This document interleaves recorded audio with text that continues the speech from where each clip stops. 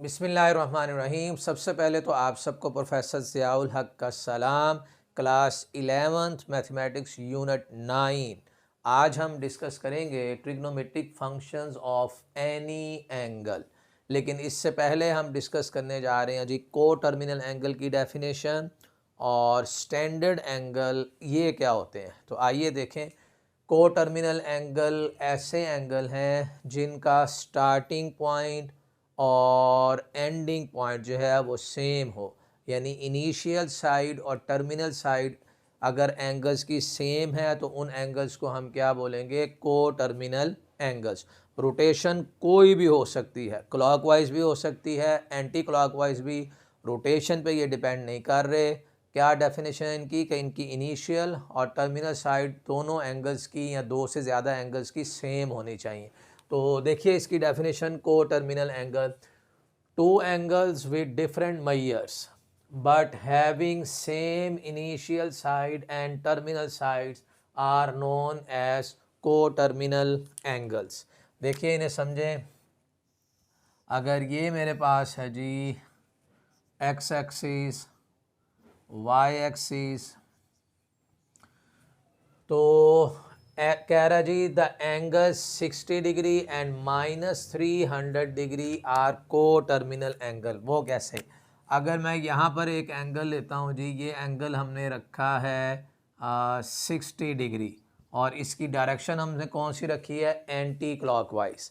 Anti clockwise अगर direction हो तो एंगल क्या होता है, पॉजिटिव। अब मैं डायरेक्शन करने जा रहा हूँ क्लॉकवाइज, जैसे यहाँ से ये मूव करके इधर आएंगे और टोटल एंगल चूँकि 360 होता है, उसमें से ये वाला पार्ट माइनस कर दें तो ये जो ब्लू कलर के अंदर आपको नज़र आ रहा है ये एंगल कितना हो जाएगा, 300। और नेगेटिव साइन हम इसलिए लगाएंगे कि हमारी जो रोटेशन है वो कौन सी है, क्लॉकवाइज है। इसी तरह देखें, अगर एक और इसमें एग्ज़ाम्पल है, ये आ गया जी एक्स एक्सिस, ये आ गया हमारे पास वाई एक्सिस। क्या कह रहा है, the angle 30 degree and 390 degree are, ये भी को टर्मिनल है। वो कैसे? यहाँ पर एक एंगल रख लें 30 डिग्री। अब ये स्टार्ट कहाँ से हो रहा है, एक्स एक्सिस से, और इसकी टर्मिनल साइड, इस साइड को हम नाम रख देते हैं जी ओ से ए तक। अच्छा, अगर मैं यहाँ से यहाँ तक एक कंप्लीट राउंड करूँगा तो एंगल कितना बनेगा, 360 का। 360 के बाद अगर मैं यहाँ तक आ जाऊँ तो ये एंगल बन जाएगा 390 डिग्री। अब आप देखिए ये 30 डिग्री और जो 390 है दोनों एक ही, यानी इनिशियल साइड इनकी सेम है और टर्मिनल साइड भी इनकी क्या आ रही है, सेम। और इन दोनों की रोटेशन जो है वो एंटी क्लॉकवाइज है। ये दोनों एंगल क्या कहलाएंगे, को टर्मिनल। इस केस के अंदर आप देखें ये ब्लू वाला एंगल और ब्लैक वाला, ये दोनों एंगल इनिशियल साइड यहीं से स्टार्ट हो रहा है और एंडिंग भी इनकी सेम आ रही है, यानी टर्मिनल साइड जो है वो भी सेम है। इसकी रोटेशन एंटी क्लॉकवाइज थी, इसकी क्लॉकवाइज थी। ये रोटेशन के ऊपर डिपेंड नहीं करते। बस ऐसे एंगल जो एक ही यानी साइड से, इनिशियल साइड से स्टार्ट हो और टर्मिनल साइड एंडिंग भी उनकी एक ही लाइन के ऊपर हो, उन एंगल्स को हम क्या बोलते हैं, को टर्मिनल एंगल्स। बेशुमार को टर्मिनल एंगल बन सकते हैं। आप ये राउंड जितने मर्जी ऐड करते जाए। 360 का मैंने अभी एक राउंड ऐड किया, 360 का एक और करेंगे 720, 720 में 30 ऐड करोगे तो वो बन जाएगा जी 750। तो 30, 390 ये सारे क्या बनते जाएंगे, को टर्मिनल एंगल्स बनते जाएंगे। और इन जर्नल हम इसी फार्मूले को लिखते हैं कि को टर्मिनल एंगल को, एंगल की जर्नल फॉर्म क्या है वो देखिए, इसे आप नोट कीजिए। अच्छा, इसी को अगर हम रिजल्ट्स को जनरलाइज कर लें, आप इस केस के अंदर देखिए हमने राउंड जो है वो क्या किया, माइनस किया, जबकि यहाँ पर हमने एक कंप्लीट राउंड क्या किया, ऐड किया। तो आप एक राउंड भी ऐड कर सकते हैं, दो भी कर लें, तीन भी कर लें, जितने मर्जी आप इसमें राउंड ऐड करके उसमें 30 डिग्री ऐड करेंगे तो ये सारे एंगल क्या बनते जाएंगे, को टर्मिनल एंगल बनते जाएंगे। तो इसी को हम, इसकी जर्नल फॉर्म या फिर जर्नल एंगल, वो हमारे पास क्या होगी, थीटा प्लस 2k पाई। और यहाँ k बिलोंग करता है सेट ऑफ इंटीजर्स को, यानी k की वैल्यू पॉजिटिव भी हो सकती है, k की वैल्यू नेगेटिव भी हो सकती है। अगर हमने एंटी क्लॉकवाइज मूव किया तो के की वैल्यू पॉजिटिव होगी, और अगर क्लॉकवाइज मूव किया तो के की वैल्यू क्या आ जाएगी, नेगेटिव आ जाएगी। अब काम क्या करना होगा, जब एक्सरसाइज स्टार्ट करेंगे हमारा एंगल हमेशा याद रख लीजिए 0 से ग्रेटर और 360 से लेस होना चाहिए। अगर वो एंगल 360 से ग्रेटर है तो आपने 2 पाई के या 360 के राउंड को क्या कर लेना है, माइनस कर लेना है, ताकि वो एंगल कम हो जाए, 360 से लेस हो जाए। और अगर हमारा एंगल नेगेटिव हुआ तो हम 360 के राउंड उसमें क्या करेंगे, ऐड करेंगे। बस एंगल की जो रेंज है 0 और 360 के दरमियान में लानी है। उसमें हम देख लें अगर एंगल 360 से ज़्यादा है तो राउंड को माइनस कीजिए, 360 से अगर वो कम 0 से कम जा रहा है, नेगेटिव जा रहा है, तो 360 के राउंड आपने ऐड करने हैं। तो बाज़े ऐसे भी लिखा हुआ है कि किताब में थीटा इज़ इक्वल टू यहाँ प्लस माइनस जो है वो 2k पाई कर दिया है। एक्चुअली के किसको बिलोंग कर रहा है, इंटीजर। अब इंटीजर पॉजिटिव भी हो सकते हैं और नेगेटिव भी हो सकते हैं। नेक्स्ट देखिए एक डेफिनेशन है एंगल इन स्टैंडर्ड पोजीशन, कि कब एंगल स्टैंडर्ड पोजीशन पे होगा, अगर उस एंगल का वर्टेक्स ओरिजिन के ऊपर हो, एक कंडीशन। दूसरी कंडीशन एंगल स्टार्ट होना चाहिए पॉजिटिव एक्स एक्सिस से, क्वाड्रेंट उसका जो सा मर्जी बने, वर्टेक्स हमने रखना है ओरिजिन पे और starting position positive x axis से। तो इस एंगल को हम क्या बोलेंगे, एंगल इन स्टैंडर्ड पोजीशन। देखें इसकी definition, if the vertex of angle is at O means origin and its initial side coincides with positive x axis, और इनिशियल साइड कहाँ पे होनी चाहिए, positive, then the angle is said to be in standard position. देखें इसकी example, जैसे ये मेरे पास आ रहा है जी x एक्सिस और y एक्सिस।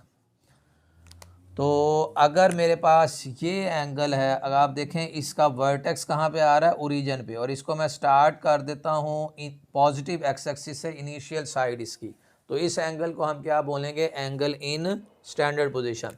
हाँ, अगर आप सेकंड क्वाड्रेंट में बना दें तो तब भी आप देखें इसका वर्टेक्स ओरिजिन पे है और स्टार्ट ये हो रहा है जी पॉजिटिव एक्स एक्सिस से, तो इस एंगल को भी हम क्या कहेंगे, एंगल इन स्टैंडर्ड पोजीशन।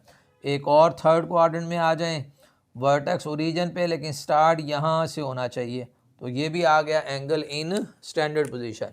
और अगर हम फोर्थ क्वाड्रेंट में जाएं और ये वर्टेक्स के ऊपर यहाँ से इनिशियल साइड से आप इसको स्टार्ट ले लें, तो ये सारे एंगल क्या बनते जा रहे हैं, एंगल इन स्टैंडर्ड पोजीशन के। वर्टेक्स उसका ओरिजिन के ऊपर है और इनिशियल साइड जो है वो किसके अलोंग आ गई, पॉजिटिव एक्स एक्सिस के अलोंग आ गई।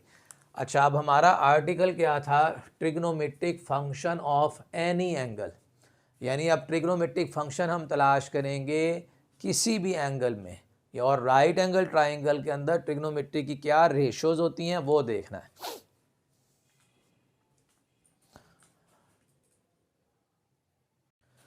जी, अब हमने समझना है राइट एंगल ट्राइंगल को।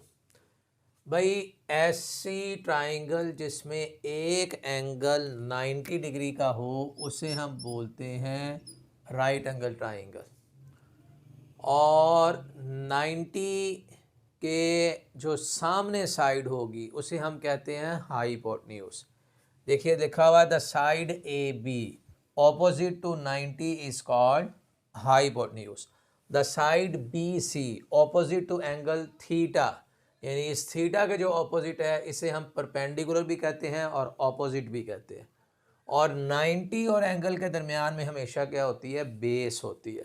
कहता जी the side related to angle theta is called adjacent, या दूसरा इसका नाम क्या है, बेस, दोनों लिख सकते हैं। एडजेसेंट भी कहते हैं और इसको बेस भी कहते हैं। अब इस राइट एंगल ट्राइंगल के ऊपर हमने ट्रिग्नोमेट्रिक फंक्शंस को डिफाइन करना है। जो साइन 6 हमारे पास ट्रिग्नोमेट्रिक फंक्शंस हैं, sine, cosine, tangent, cosecant, secant and cotangent. Sine theta जो होता है इसकी डेफिनेशन होती है परपेंडिकुलर डिवाइडेड बाय हाइपोटेन्यूज, यानी जो साइन थीटा है ये बराबर होगा पी ओवर हाइपोटेन्यूज, और इसको हम शॉर्ट फॉर्म में इस तरह से लिख देते हैं साइन थीटा। और कोसाइन थीटा मीन कॉस है, कोसाइन थीटा मीन कॉस, ये होता है बेस डिवाइडेड बाय हाइपोटेन्यूज, यानी जो कॉस होगा वो बेस ओवर हाइपोटेन्यूज।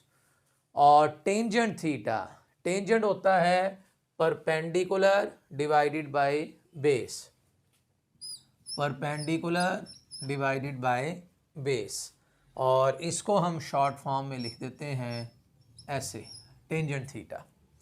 और कोसिकेंट होता है, कोसिकेंट थीटा ये रेसिप्रोकल होता है साइन का, और इसकी डेफिनेशन क्या है, हाइपोटेन्यूज डिवाइडेड बाय परपेंडिकुलर। और सीकेंट इसकी डेफिनेशन होती है हाइपोटेन्यूज डिवाइडेड बाय बेस। और कोटेंजेंट इसकी डेफिनेशन होती है बेस डिवाइडेड बाय परपेंडिकुलर। इनको आपने अच्छे तरीके से याद रखना है कि 6 ट्रिग्नोमेट्रिक हमारे पास रेशो हैं।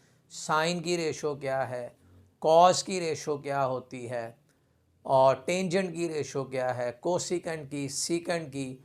बस ये बात जहन में रख लें, 90 और एंगल के दरमियान में हमेशा बेस होगी, 90 के ऑपोजिट साइड के ऊपर क्या पड़ा होगा, हाइपोटेन्यूज, और जो एंगल गिवन है उसके ऑपोजिट जो साइड है उसे हम क्या कहेंगे, परपेंडिकुलर।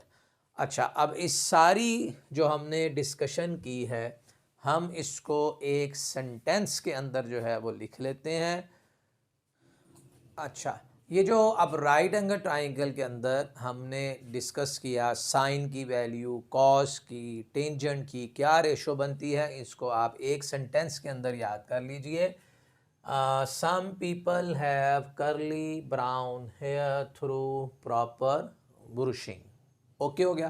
देखिए इसका मतलब क्या है, एस से हम लेंगे यहाँ से sine, people have perpendicular over hypotenuse, और सी से हम लेंगे कॉस, कॉस जो है वो बराबर होगा base divided by hypotenuse, cos base divided by hypotenuse. और टी से हम लिखेंगे tangent is equal to perpendicular over base.